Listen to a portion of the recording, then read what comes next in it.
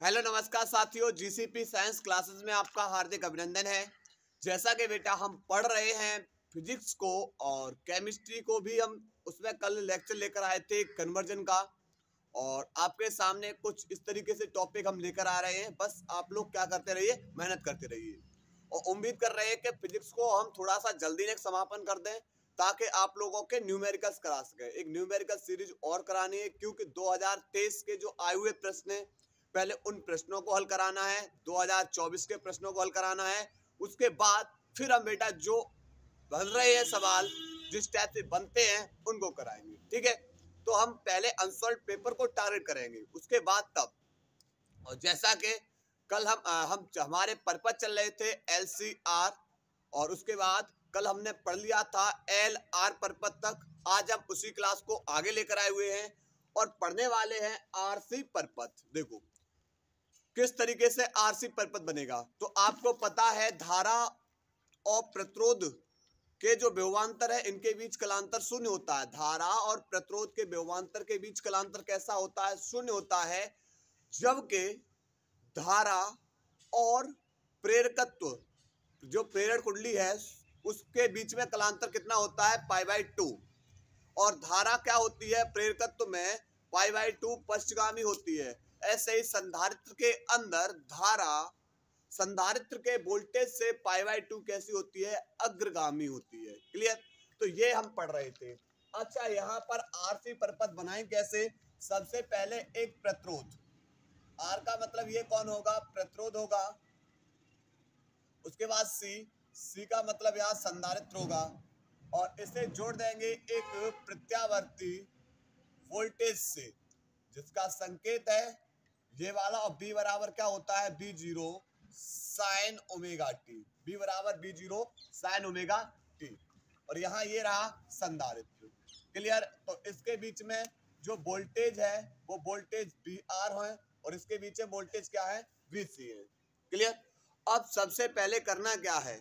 सबसे पहले हमें जो ग्राफ के विधि के द्वारा इसको क्या कर देना? हल। देखो यहाँ पर संधारित्र का ग्राफ, देखो संधारित्र और धारा के बीच में ग्राफ कुछ इस तरीके से था।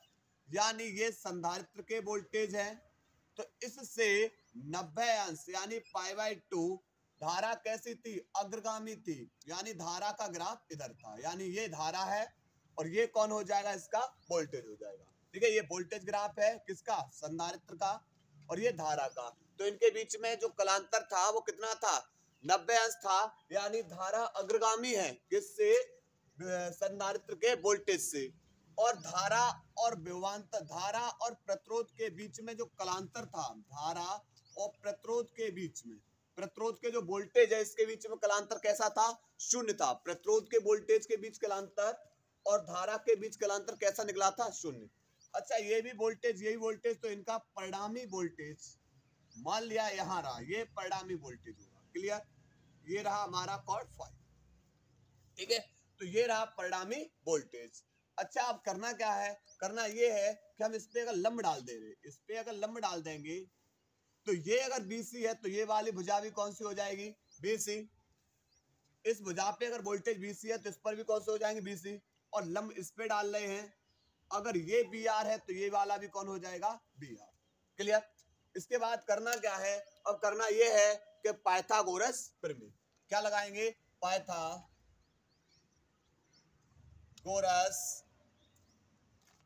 प्रमेय। क्या है पाइथागोरस प्रमेय? आप बोलोगे कर्ड स्क्वायर बराबर होता है, कर्ड स्क्वायर बराबर लंब स्क्वायर प्लस आधार वर्ग। बात सही है? कर्ड बराबर क्या? कर्ड का वर्ग बराबर लंब का वर्ग प्लस आधार वर्ग। अब इसमें कर्ड, लंब और आधार कैसे पहचानेंगे? तो कोण के सामने वाली भुजा कौन सी होती है? हमेशा ध्यान रखना कौन सी होती है? वो हमारी होती है लंब। कौन सी भुजा होगी? लंब। उसके बाद 90 अंश कहाँ एंगल बन रहा है? ये लंब हो गया। क्लियर? अब 90 अंश एंगल कहाँ बन रहा है? इस त्रिभुज के अंदर। इस त्रिभुज के अंदर आप बोलोगे 90 अंश एंगल ये बन रहा है, तो 90 अंश के सामने वाली भुजा, ये वाली भुजा कौन हो जाएगी? कर्ड। तो बचा कौन? तो ये वाली भुजा बचेगी आधार। कौन बचेगी? आधार।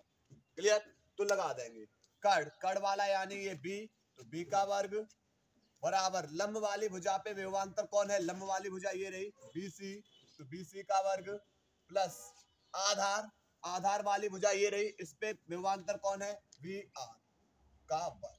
क्लियर। स्क्वायर हटाओगे अंडर रूट आ जाएगा, स्क्वायर हटाया इस पे क्या आ गया अंडर रूट, अर्थात BC का वर्ग प्लस BR का वर्ग। ठीक है।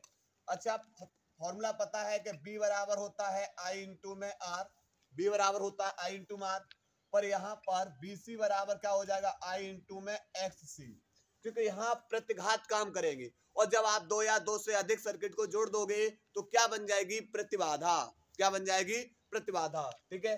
तो यहाँ से लगाएंगे वैल्यू, यहाँ इसका मान लगाएंगे, BC की जगह लगाएंगे IXC और इसका ऊपर स्क्वायर प्लस BR की जगह I इंटू में R और इसके ऊपर स्क्वायर। अब आप बोलोगे कि यहाँ दोनों जगह से I स्क्वायर कॉमन आ रहा है, क्यों, क्योंकि I के ऊपर स्क्वायर XC के ऊपर स्क्वायर आ जाएगा, तो दोनों जगह से कौन कॉमन आ रहा है, I स्क्वायर कॉमन आ रहा है, तो अंदर बचेगा कौन, तो XC का वर्ग प्लस R का वर्ग। अब देखो अंडर रूट में दो I हैं, तो एक I क्या हो जाएगी, बाहर निकल आएगी, तो B बराबर एक I बाहर निकल आएगी, तो अंडर रूट में बचेगा XC का वर्ग प्लस R का वर्ग, XC का वर्ग प्लस R का वर्ग। अब करना क्या है, B ये I गुणा में दूसरी ओर जाके भाग में, तो B अपॉन I बराबर अंडर रूट में XC का वर्ग प्लस R का वर्ग, प्लस में क्या हो जाएगा R का वर्ग। ठीक है। अब यहां पर B अपॉन I ये क्या बनेगी, परपथ की प्रतिबाधा, यहां पर प्रतिरोध काम नहीं करेगा, यहां पर कौन होती है, परपथ की प्रतिबाधा, और प्रतिबाधा यानी B अपॉन I बराबर क्या हो जाएगा, Z अंडर रूट में क्या हो जाएगा XC का वर्ग प्लस R का वर्ग। क्लियर। तो यहां से ये हमने क्या निकाली, प्रतिबाधा, लेकिन XC बराबर होता है 1 अपॉन ओमेगा C, XC बराबर क्या होता है 1 अपॉन ओमेगा C, तो यहां पर लगा देंगे Z बराबर अंडर रूट में 1 अपॉन ओमेगा C और इसके ऊपर स्क्वायर और प्लस में R का स्क्वायर। ठीक है। दूसरा फॉर्मूला ये बन जाएगा, दूसरा फॉर्मूला ये वाला बन जाएगा। ठीक है। तो अब इसके बाद आपसे क्या पूछ लिया जाता है, इनका भाई कलांतर बताओ, इनका क्या पूछा जाता है, कलांतर, और कलांतर के लिए फॉर्मूला होता है tan फाई, tan थीटा बराबर क्या होता है, आप बोलोगे कि tan थीटा बराबर, यानी फॉर्मूला पढ़ के आए हैं LAL बट्टे के। अब देखो साइन थीटा बराबर होता है लंब बट्टे कर्ण, कॉस थीटा बराबर हो जाएगा आधार बट्टे कर्ण, और टेन थीटा बराबर क्या हो जाता है, लंब बट्टे आधार, तो टेन थीटा बराबर क्या हो जाएगा, लंब बट्टे आधार।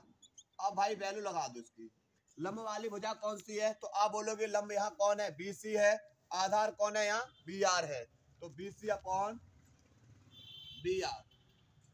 अब BC का वैल्यू हो जाएगा I इंटू में XC बट्टे BR का वैल्यू I इंटू में R, तो I से I कैंसिल, तो यहां से हो जाएगा tan फाइव बराबर XC बट्टे R, tan को उधर भेज दो तो ये इनवर्स में हो जाएगा, तो यहां से हो जाएगा tan इनवर्स, यहां पर फाइव बराबर क्या हो जाएगा, फाइव बराबर हो जाएगा, फाइव बराबर tan इनवर्स XC बट्टे R, और XC की जगह हम क्या लगा सकते हैं 1 अपॉन ओमेगा C, और ओमेगा की जगह क्या लगा सकते हैं, ओमेगा बराबर होता है 2 पाई f। क्लियर। ओमेगा बराबर क्या होता है 2 पाई f, तो हम इसका कलांतर भी निकाल सकते हैं। क्लियर। नोट करेंगे इसको, नोट करिए।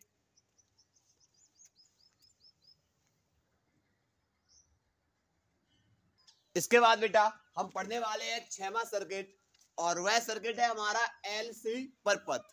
अब हमें LC परपथ पढ़ना है। देखो यहां से सबसे पहले L परपथ बनाएंगे, तो L परपथ में देखते हैं कि यहां पर LC परपथ, तो LC परपथ में L में होती है प्रेरण कुंडली होती है, C में संधारित्र होगा, और ये हमारा L हो गया, और ये हमारा कौन हो गया C, और इसे किससे जोड़ देंगे, एक प्रत्यावर्ती वोल्टेज से जोड़ देंगे। किससे जोड़ देंगे, प्रत्यावर्ती वोल्टेज से जोड़ देंगे। B बराबर V0 sine omega T. Clear. अब इसके बाद जो यहाँ पर प्रेरण कुंडली के बीच में जो विभवांतर है वह BL है और संधारित्र के बीच में विभवांतर VC है। संधारित्र के बीच में विभवांतर कौन है? VC है और कुंडली के बीच में विभवांतर कौन है? VL है। ठीक है। अब क्या करना है, इसका ग्राफ बना रहे। इसमें देखेंगे कि जो प्रेरण कुंडली है, प्रेरण कुंडली यानी प्रेरकत्व में जो धारा होती है वह है प्रेरकत्व के विभवांतर से कितना होती है? 90 अंश पश्चिगामी होती है। 90 अंश कैसे होती है? पश्चिगामी होती है, यानी पीछे। क्लियर। यहाँ पर 90 अंश पश्चिगामी। और उसके बाद अगर हम संधारित्र में देखें तो संधारित्र में जो वोल्टेज होता है, किसका? संधारित्र का वोल्टेज होता है वह 90 अंश पश्चिगामी होता है, अर्थात धारा संधारित्र के वोल्टेज से 90 अंश कैसी होती है? अग्रगामी होती है। क्लियर। अगर आपसे पूछा जाए BL और BC के बीच में कलांतर कितना हो जाएगा? BL व BC के मध्य कलांतर, BL और BC के मध्य कलांतर 5। तो आप बताओगे 90 ये हो गया और 90 ये हो गया, टोटल कितना हो जाएगा? 180 अंश। टोटल कितना हो जाएगा? 180 अंश कलांतर हो जाएगा। क्यों? क्योंकि यहाँ BL और BC के मध्य कलांतर पूछा है भाई। तो यहाँ 90 ये रहा और 90 ये रहा, टोटल कितना हो जाएगा? 180 अंश। अब बात करेंगे, लेकिन हमें पढ़ना कौन सा परपथ है? LC परपथ पढ़ना है।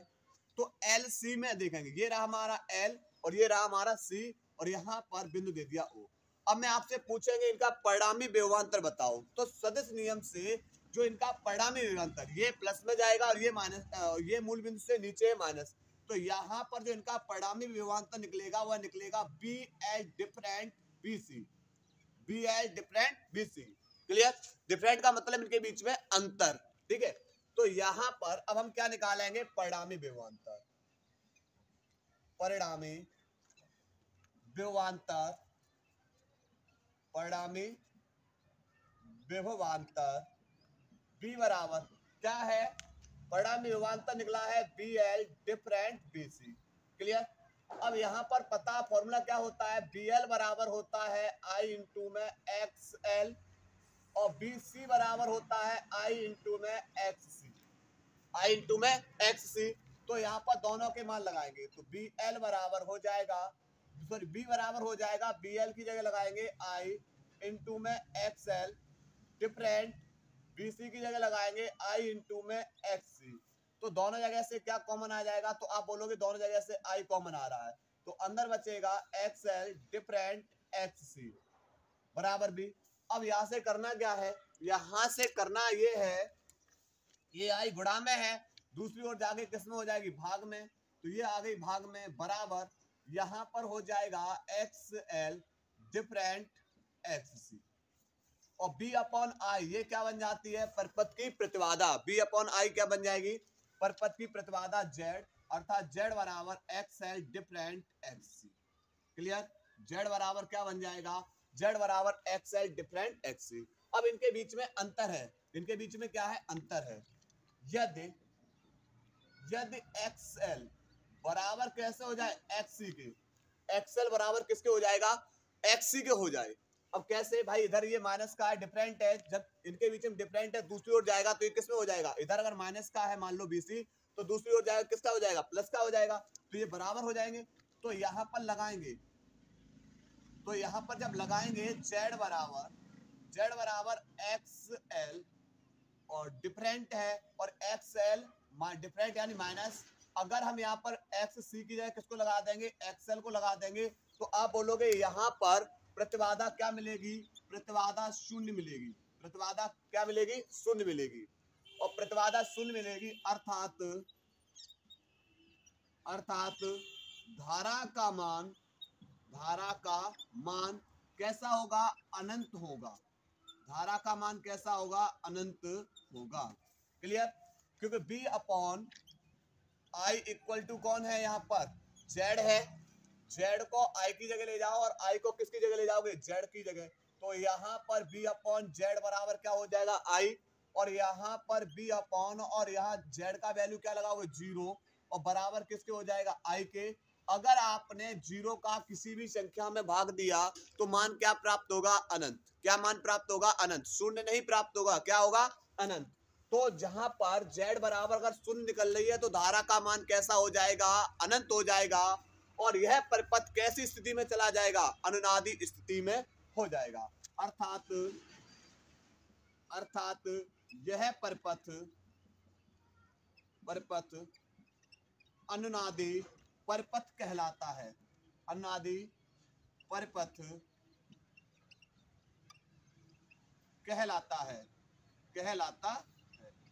अर्थात इस स्थिति में जो परिपथ बन जाएगा वह कैसा बन जाएगा अनुनादी परिपथ। तो फिर क्या होगा, तो कहानी अब यहां पर देख रहे हैं अनुनादी स्थिति की कि एक्सएल बराबर किसके है एक्ससी के। एक्सएल बराबर है एक्ससी के। कहा एक्सएल बराबर एक्ससी के। अब फॉर्मूला एक्सएल बराबर क्या होता है, तो आप बोलोगे ओमेगा एल बराबर एक्ससी बराबर होता है 1/ओमेगा सी। तो एक काम करो, ओमेगा को एक और कर लो। ओमेगा क्या कर ले रहे हैं एक और, तो यहाँ ओमेगा का गुणा ओमेगा में कर दो, तो यहाँ पर ओमेगा को इस ओर भेज दो और एल को ओमेगा की जगह। तो ओमेगा का गुणा ओमेगा में करेंगे, ओमेगा स्क्वायर बराबर एल अपॉन कौन हो जाएगा सी हो जाएगा और स्क्वायर हटाएंगे तो कौन आ जाएगा अंडर रूट आ जाएगा। स्क्वायर हटाएंगे तो कौन हो जाएगा अंडर रूट हो जाएगा। तो यहाँ पर अंडर रूट में 1/L इंटू में सी। तो यहाँ पर ओमेगा बराबर क्या होता है, ओमेगा बराबर होता है 2πf। ओमेगा बराबर क्या होता है 2πf बराबर एक का वर्गमूल एक ही रहेगा, अंडर रूट में रहेगा एल और सी। 2π गुणा में दूसरी ओर जाके भाग में, तो 1/2π अंडर रूट में एल इंटू में सी। और यहाँ एफ क्या है उसकी आवृत्ति है। एफ क्या है उसकी आवृत्ति है। तो यह परिपथ क्या कहलाएगा अनुनादी परिपथ की स्थिति बन जाएगी। क्लियर, नोट करिए, नोट करेंगे इसको। इसके बाद बेटा हम पढ़ने वाले हैं 7वां सर्किट और ये हमारा बोर्ड एग्जाम में सबसे ज्यादा बार पूछा जाने वाला प्रश्न। इसी को पढ़ने के लिए हमने 6 सर्किट को पढ़े थे और यही हमारा बोर्ड एग्जाम में आता है। यही प्रश्न हमारा बहुत बार प्रश्न पूछा गया है। तो इस टॉपिक के लिए हमने 6 सर्किट का पढ़ना हमारे लिए क्या था, बहुत जरूरी था। अब देखते हैं इस सर्किट में बनाना क्या है, LCR परिपथ। L का मतलब प्रेरण कुंडली होगी, C का मतलब संधारित्र होगा और R का मतलब कौन होगा प्रतिरोध। LCR और इन्हें किससे जोड़ देंगे, एक प्रत्यावर्ती वोल्टेज से जोड़ देंगे।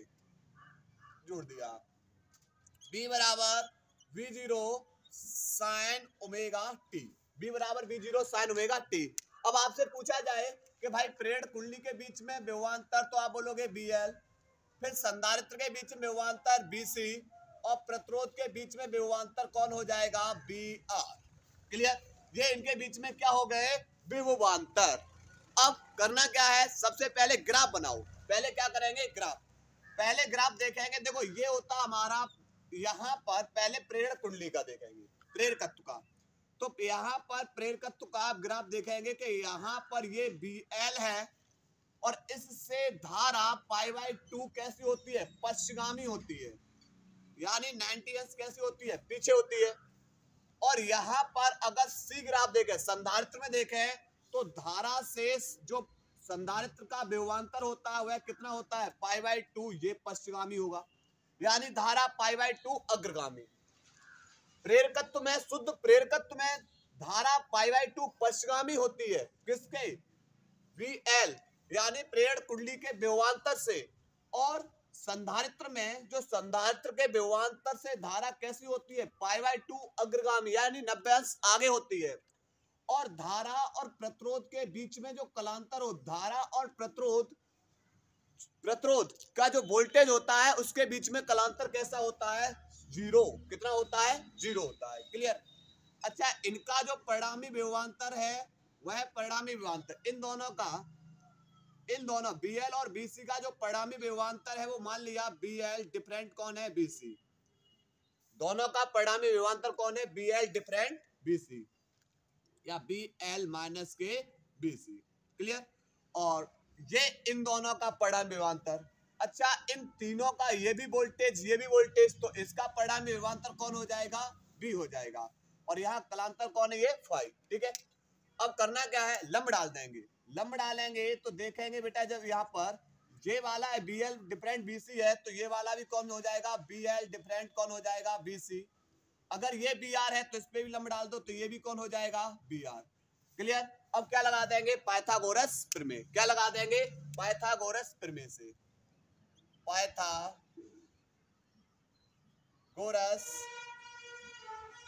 प्रमेय से क्या है? पाइथागोरस प्रमेय से आप बोलेंगे कर्ण का वर्ग बराबर लंब वर्ग प्लस आधार वर्ग। अब कर्ण वाली भुजा कौन सी हो जाएगी? कोण के सामने वाली भुजा कौन सी होती है? लंब। कोण के सामने वाली भुजा, इस कोण के सामने वाली भुजा ये लंब हो जाएगी। ये 90 अंश एंगल है, 90 अंश के सामने वाली भुजा कौन हो जाएगी? कर्ण। तो बचा कौन हमारा? बचेगा हमारा आधार। कौन बचेगा? आधार। तो यहाँ पर कर्ण हमारा ये परिणामी विभवांतर होगा v, तो v का वर्ग बराबर लंब, लंब वाली भुजा ये वाली भुजा हो जाएगी, और इसके बीच में कौन है? बी एल डिफरेंट वी सी, इसका वर्ग प्लस आधार, आधार वाली भुजा कौन हो जाएगी? ये वाली भुजा हो जाएगी, कौन सी? बी आर वाली, तो बी आर का वर्ग। क्लियर? अब करना क्या है? करना ये है, स्क्वायर हटाओगे अंडर रूट आ जाएगा, स्क्वायर हटाओगे अंडर रूट हो जाएगा, तो बी एल माइनस के बी सी का वर्ग प्लस वी आर का वर्ग। अच्छा, फॉर्मूला पता है कि बी एल बराबर होता है आई एक्स एल, और बी सी बराबर होता है आई इंटू में एक्स सी, और बी आर बराबर क्या हो जाएगा? आई इंटू में आर। इन सबके मान लगा देंगे, तो b बराबर हो जाएगा, b बराबर अंडर रूट में वी एल की जगह क्या लगाओगे? आप लगाओगे I X L minus B C की जगह आई एक्स सी, और इसके ऊपर स्क्वायर प्लस वी आर की जगह क्या लगाओगे? आई आर, और इसके ऊपर क्या आ जाएगा? स्क्वायर। यहां से इन सब से कौन कॉमन आ रहा है? आई स्क्वायर, क्योंकि इनके ऊपर स्क्वायर चढ़े हुए हैं, तो आई स्क्वायर कॉमन आ जाएगा। कौन कॉमन आ जाएगा? आई स्क्वायर कॉमन आ जाएगा। अंदर बचेगा B X L different X C, और प्लस इसका ऊपर स्क्वायर, और यहाँ पर आर का स्क्वायर। अंडर रूट से कौन हो जाएगा? दो आई है तो एक आई बाहर आ जाएगी, तो b बराबर हो जाएगा आई अंडर रूट में, b बराबर आई अंडर रूट में एक्स एल डिफरेंट एक्स सी का वर्ग प्लस आर का वर्ग। अब करना क्या है? करना ये कि आई गुणा में है, दूसरी ओर जाके किस में हो जाएगी? भाग में। ये भाग में आ गई अंडर रूट में एक्स एल डिफरेंट एक्स सी का वर्ग प्लस आर का वर्ग। उसके बाद बी अपॉन आई क्या बन जाएगी? परपथ की प्रतिबाधा। बी अपॉन आई क्या बन जाएगी? परपथ की प्रतिबाधा। क्योंकि यहाँ पर जब दो या दो से अधिक सर्किट जुड़ते हैं तो यह क्या बन जाती है? परपथ की प्रतिबाधा बन जाएगी। तो ये क्या हो जाएगा? जेड बराबर अंडर रूट में क्या हो जाएगा? एक्स एल डिफरेंट एक्स सी का वर्ग और प्लस में आर का वर्ग। क्लियर? उसके बाद पता है हमें बेटा, और आगे इसके फॉर्मूले बना सकते हैं कि एक्सएल बराबर होता है ओमेगा एल और एक्ससी बराबर होता है 1 अपॉन ओमेगा सी। क्लियर? लगाएंगे यहाँ से जेड बराबर अंडर रूट में एक्सएल की जगह लगाएंगे ओमेगा एल, एक्सएल की जगह ओमेगा एल माइनस 1 अपॉन एक्ससी की जगह क्या लगाएंगे? 1 अपॉन ओमेगा सी, इसके ऊपर स्क्वायर और प्लस में आर का स्क्वायर। दूसरा फॉर्मूला ये बन जाएगा। इसके बाद आपसे क्या पूछा जाता है भाई? कलांतर। इसका क्या पूछा जाता है? कलांतर बताओ। तो कलांतर किस तरीके से निकालते हैं? कलांतर tan फाई बराबर क्या होता है? लंब बट्टे आधार। tan फाई बराबर क्या हो जाएगा? एल ए एल वट्टे के ए, लंब बट्टे आधार, लंब बट्टे आधार। अब एक चीज बताओ भाई, लंब वाली भुजा कौन सी है? तो आप बोलोगे यहाँ पर B L different B C, ये लंब वाली भुजा है, लंब है, B L different B C वट्टे आधार, आधार ये वाला हो जाएगा वी आर। अब यहाँ से करना क्या है? मान लगा दो। वी एल की जगह आप क्या लगाओगे? तो वी एल की जगह क्या लगाओगे? आई इंटू में X L different B C की जगह किसको लगाओगे? आई इंटू में एक्स सी, बट्टे बी आर की जगह आई इंटू में आर। ऊपर वाले से बेटा कौन कॉमन आ जाएगा, आई कॉमन आ जाएगा, तो एक्स एल डिफरेंट एक्स सी बट्टे आई इंटू में आर, तो आई से आई कैंसिल। तो यहाँ से क्या मिलेगा, यहाँ से मिलेगा tan फाइव बराबर x L different X C और बट्टे में कौन मिलेगा, आर। ठीक है, इसके बाद और आगे फॉर्मूला हम बना सकते हैं। एक्स एल की जगह किसको रखकर, एक्स एल की जगह रख देंगे ओमेगा को, अर्थात tan फाइव बराबर हो जाएगा एक्स एल की जगह रख देंगे ओमेगा एल माइनस एक्स सी की जगह किसको रख देंगे 1 ओमेगा सी और बट्टे में कौन हो जाएगा आर। ये tan को उधर भेज देंगे तो यहाँ पर फाइव बराबर हो जाएगा tan inverse omega L minus 1 omega C और बट्टे में कौन हो जाएगा आर। तो ये निकाल लिया हमने इसके बीच में कलांतर। क्लियर, नोट करिए, इसके बाद आगे पढ़ रहे हैं, नोट करो इसको।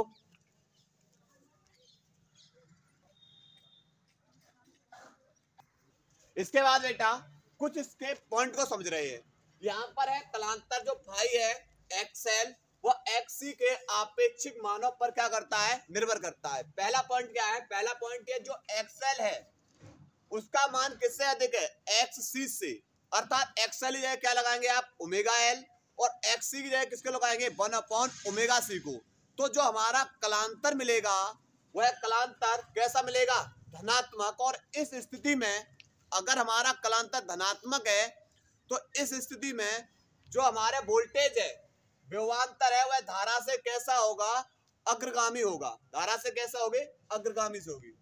दूसरा एक्सएल का मान कम है किससे, एक्सी से, तो जो tan फाइव होगा वो कैसा मिलेगा हमें, ऋणात्मक मिलेगा। कैसा मिलेगा, ऋणात्मक। और इस स्थिति में जो विभवांतर भी है वह धारा से कैसे होगी, पश्चिमगामी होगी। क्लियर। और यदि एक्सएल बराबर किसके हो जाए, एक्सी के, और एक्सएल बराबर एक्सी को होगा तो उसके बीच में कलांतर हमें कैसा मिलेगा, tan फाइव बराबर 0। और इस स्थिति में धारा एवं विभवांतर कि जो ये कैसे होंगे, समान कलाम होंगे। अब कैसे, यहां पर फॉर्मूला है ये, इस फॉर्मूले को लेंगे, z बराबर होगा अंडर रूट में एक्सएल, तीसरे पॉइंट की ओर तीसरी स्थिति में देख रहे हैं, एक्सएल माइनस एक्सी। तो माइनस एक्सएल एक्सी की जगह हम किसको लगा दे रहे हैं, एक्सी को, वो एक्सी की जगह लगा दे रहे हैं हम एक्सएल को। चाहे आप एक्सएल की जगह एक्सी को लगा दो, चाहे एक्सी की जगह एक्सएल को लगा दो। इसके ऊपर क्या है, स्क्वायर, और प्लस में क्या है, आर स्क्वायर। तो यहां से ये प्लस माइनस ये तो कैंसिल हो जाएंगे, अर्थात जब ये कैंसिल हो जाएंगे तो यहाँ पर 0 का वर्ग हो जाएगा प्लस में आर, और 0 में अगर आर जोड़ोगे तो यहाँ पर आर ही बचेगा। तो अर्थात जेड बराबर हो जाएगा अंडर रूट में आर स्क्वायर के, तो स्क्वायर से अंडर रूट हट जाएगा तो जेड बराबर किसके होगा, आर के। अर्थात जो परपथ की जो प्रतिबाधा होगी वह न्यूनतम होगी। प्रतिबाधा कैसी होगी, ये न्यूनतम, और इसका मान किसके बराबर होगा, उसके प्रतिरोध यानी आर के बराबर होगा। क्लियर, नोट पॉइंट करें, इसको भी नोट करिएगा बेटा। यहां पर होगा करना, क्योंकि यहाँ पर जो विभवांतर भी है वह धारा आई से अग्रगामी होगा, और यहाँ पर विभवांतर भी है धारा आई से पश्चिमगामी होगा। क्लियर, यहाँ पर अब नोट करिए। इसके बाद बेटा आप पढ़ने वाले हैं वाटहीन धारा, और यह 2024 के सेटों में पूछा गया है, एक शक्ति गुणांक और वाटहीन धारा। देखो क्या है वाटहीन धारा, जब प्रत्यावर्ती में हम क्या करेंगे, धारा को प्रवाहित करेंगे, और धारा प्रवाहित करने पर उसमें शक्ति 6 का मान कैसा हो, 0 होता है, 0 प्राप्त हो, तो परपथ में जो धारा है वह क्या कहलाएगी, परपथ में जो प्रवाहित धारा होगी वह धारा क्या कहलाएगी, वाटहीन धारा। क्या बताया कि जब किसी प्रत्यावर्ती परपथ में धारा प्रवाहित करने पर शक्ति 6 0 हो तो परपथ में प्रवाहित धारा को हम क्या कहते हैं, वाटहीन धारा कहते हैं। यह तभी संभव है जब cos फाई का मान कैसा होता है, 0 होता है। cos फाई का मान कैसा होगा, 0। अब cos फाई का मान कहाँ कहाँ 0 हो सकता है, तो आप बोलोगे कि हम एल परपथ पढ़ के आए हैं। एल परपथ के अंदर हम देखा था कि धारा और प्रेरण कुंडली के बीच में जो विभवांतर है वह कितना था, 90 अंश मिला था। कितना अंश मिला था, 90 अंश। और इसमें धारा पश्चिमगामी थी, धारा आई कैसी थी, पश्चिमगामी किसके अंदर, एल परपथ के अंदर। जबकि सी सर्किट में देखा था, सी सर्किट में अभी 90 अंश बढ़ रहा है कौन, सी सर्किट में अभी कलांतर कितना है 90 अंश। अर्थात इसके अंदर क्या कहानी थी कि जो संधारित्र का वोल्टेज था वह धारा के वोल्टेज से कैसा था, π/2 पश्चिमगामी, यानी धारा अग्रगामी थी। धारा आई कैसी थी, अग्रगामी। तो यहाँ पर दो के बीच में, और यहाँ फाई बराबर आप कितना लगाओगे 90, तो यहाँ पर जब फाई बराबर 90 लगाओगे कॉस फाई, यहाँ पर ये कलांतर कितना है 90, ये भी कलांतर कितना है 90, और कॉस 90 इक्वल टू कैसा हो जाएगा 0, कॉस 90 इक्वल टू 0। क्लियर। और यहाँ पर अगर बात करेंगे आर परपथ की, तो आर परपथ में आप लोगों ने देखा था, आर परपथ के अंदर धारा और प्रतिरोध का जो वोल्टेज है इसके बीच में कलांतर कैसा था, इसके बीच में कलांतर फाई बराबर कितना निकला था 0। और जब यहाँ cos 0 लगाओगे और 0 का मान कितना हो जाएगा 1। क्लियर। तो यहाँ पर बताया क्या गया है कि भार्टिन की धारा किसे कहेंगे कि जब प्रत्यावर्ती परपथ में धारा प्रवाहित करने पर शक्ति क्षय शून्य हो तो परपथ में प्रवाहित धारा को क्या कहेंगे, भार्टिन की धारा। और क्या बताया, यह तभी संभव है जब cos फाई का मान कितना होना चाहिए 0। अब cos फाई 0 मतलब यानी एंगल कितना होना चाहिए 90, cos 90 तभी क्या बनेगा 0। अब 90 अंश के एंगल किस किस में बन रहे हैं, तो L में और C में। ध्यान रखना ये विकल्प में भी आपको पूछा गया प्रश्न है, ये प्रश्न विकल्प में भी पूछा गया है। क्लियर। तो यहाँ पर लिखेंगे जब किसी प्रत्यावर्ती परपथ में धारा प्रवाहित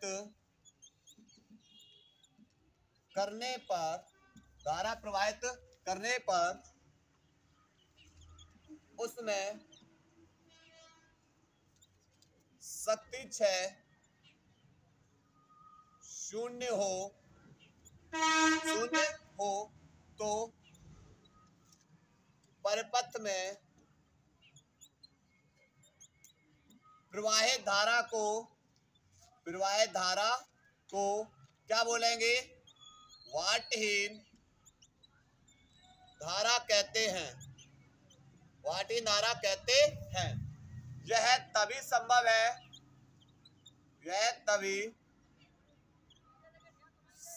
है जब शक्ति गुणांक cos फाई कैसा हो, शून्य हो। शक्ति गुणांक cos फाई कैसा होना चाहिए, शून्य होना चाहिए। अर्थात कलांतर कितना अंश होगा, शून्य का मतलब है cos 90। क्लियर। तो नोट करेंगे, इसको नोट करिएगा। इसके बाद बेटा शक्ति गुणांक, ये भी हमारा 2024 के सेटों में पूछा गया है, यानी भार्टिन की धारा और शक्ति गुणांक दोनों को पूछा गया है। देखो अब शक्ति गुणांक किसे कहेंगे, तो जो किसी प्रत्यावर्ती धारा परपथ में ओमीय प्रतिरोध तथा परपथ की जो प्रतिबाधा है इनके अनुपात को हम क्या बोलते हैं, शक्ति गुणांक। यानी इसे किससे लिखेंगे, cos फाई से। किससे लिखते हैं, cos फाई से। तो परिभाषा लिखेंगे जब देखो किसी प्रत्यावर्ती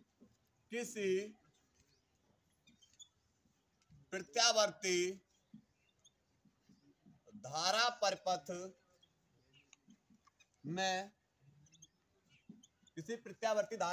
में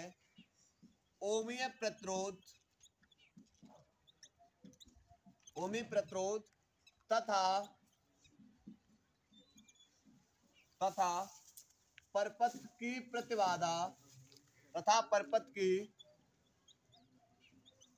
प्रतिबाधा के अनुपात को क्या बोलते हैं, शक्ति गुणांक कहते हैं। क्लियर। इसके बाद आपका एक मूल टॉपिक रह जाता है ट्रांसफार्मर।